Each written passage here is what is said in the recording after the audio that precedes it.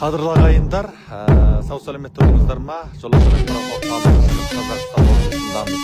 Уәде бойынша біз Шығыс Қазақстан облысының Жайсаң ауданы Жалчи деген ауылында тұрмыз. Енді Шығыс Қазақстан десе кейбір кісілер тағы сұрайды, Өскемен қаласын орталық еткен Шығыс Қазақстан жаңа Алтайдың Қаба Жеменей аудандарымен шекаралас жерде. Жайсаң деген мынау Жеменей шекарасына тақау 50-60 километр жердегі бір қала. Соның ауылы мына жер Жалчи деген ауыл. Бұл жерде жалпы 40 қанша отбасы тұрады екен. Ал 40-тай отбасы жаңағы үй бос тұр бұл жерде. Үйлерін қазір көрсетеміз. Өте жаңа, өте жақсы үйлер. Мектеп бар, 11-ші классқа шейін ауруханасы бар, төгі, суы бар, көшесі кемелденген. Міне көше бойынша үйлер бар. Осындайдан 2-3 көшеде жаңадан салынған үйлер, бірақ әзірше бос тұр. Үйлердің алды 1,5 миллион арты 500 мың. Яғни жаңағы 5 мың, 7 мың ұяннан 15 мың ұян аралығында, оның жарымын өкімет төлейді. Сонда бір 7-8 мың ұянға мынандай су жаңе 100 қанша квадраттық ішінде төгі су келіп тұрған, 4 бөлмелі, 5 бөлмелі дәретханасы ішінде, тазалық бөлмесі ішінде барлық осындай керемет үйлерді алуға болады. Парымен дайын тұрған.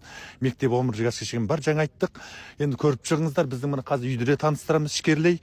Ауыл әкімімен де, мектептің бастықтарымен де осы арнаулы осы жағдай жайлы нақтылы сұхбат түсіреміз. Ал енді осы ауылдың ортасында жалпы 2000-3000 гектар жайылыс бар. Бұл жерде егіндік жоқ, маңай бірақ жайылыс. 100 бастап сиыр ұстап, 500 бастап қой ұстасаңыздар да маңайы кең. Тіпті осы маңайында арнаулы мынау мал шаруашылық алаңдары бар. Бірігіп мал бақсаңыздар болады. Онда арнаулы айырым түсіреміз. Осы біздің хабарды соңына шейін көріңіздер, жалғап таратыңыздар. Жалпы осы ауылға бір ауыл боп, өздеріңіз қыстақ боп, туыс туғандарыңызбен бірақ келіп көшіп келсеңіздер болады. Жалпы енді бір кішігірім ремонтын жасап жіберетін бір үйлерді қосқанда 35-те 40 үй өшірді бос тұр. Ал дайын бірден көшіп кіре беретін 20 үй бос тұр. Келетін болса, мына ауылдың халқы сіздер жақсы қарсы алып тұр.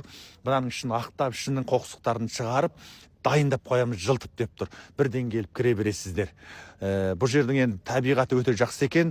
Градусы әзір міне 11 градус көрсетіп тұр. Жаңа біз анау Жайсаңнан шыққан кезде, Жайсаңмен осы екі орта бір 50-60 километр Жайсаң қаласынан шыққан кезде өже 25 градус болатын. Біз міне әзір 2025 жылы 12 айының 25 күні әзіргі ауа райы әзір 11 градус екен. Өте шуақты, маңай таумен қоршалған үлкен бір алқап жазық екен бұл жер.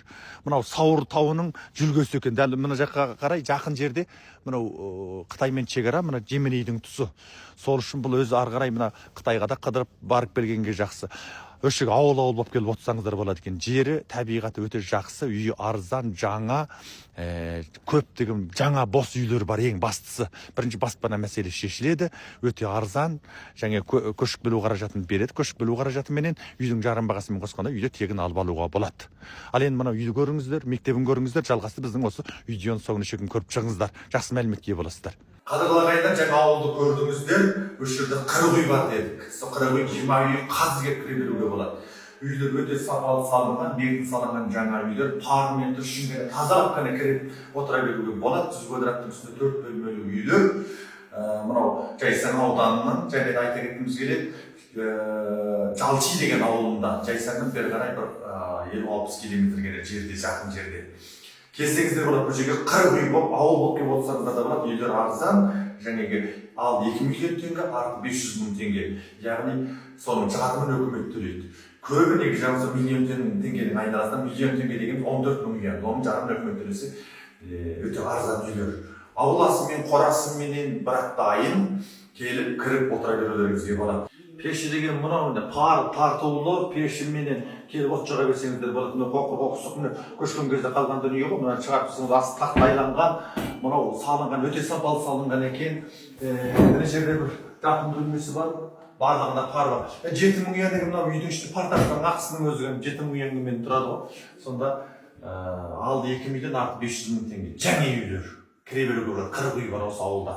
Қазір ауылды жаңағы төбесінен де көрсетеміз. Сол кезде толықтай білесіздер, мектеп бар бұл жерде.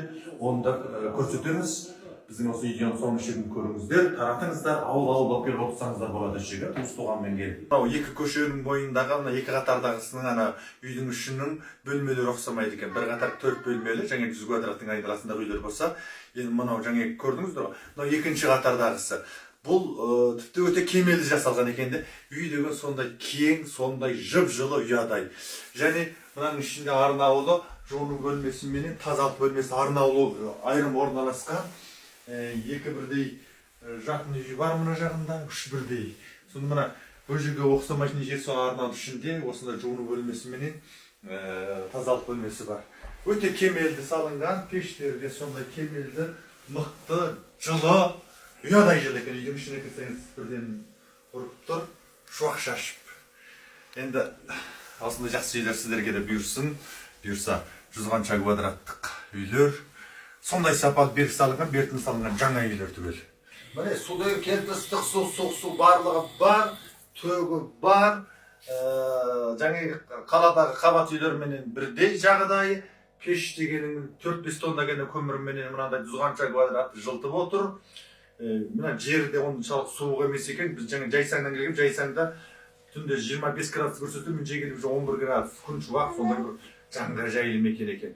Бұйырса өкінбейсіздер, осындай бір жақсы жерге келу керек. Біз өзімізді көшіп келгіміз келіп қалдық, бұл жерге көрісіп аламыз.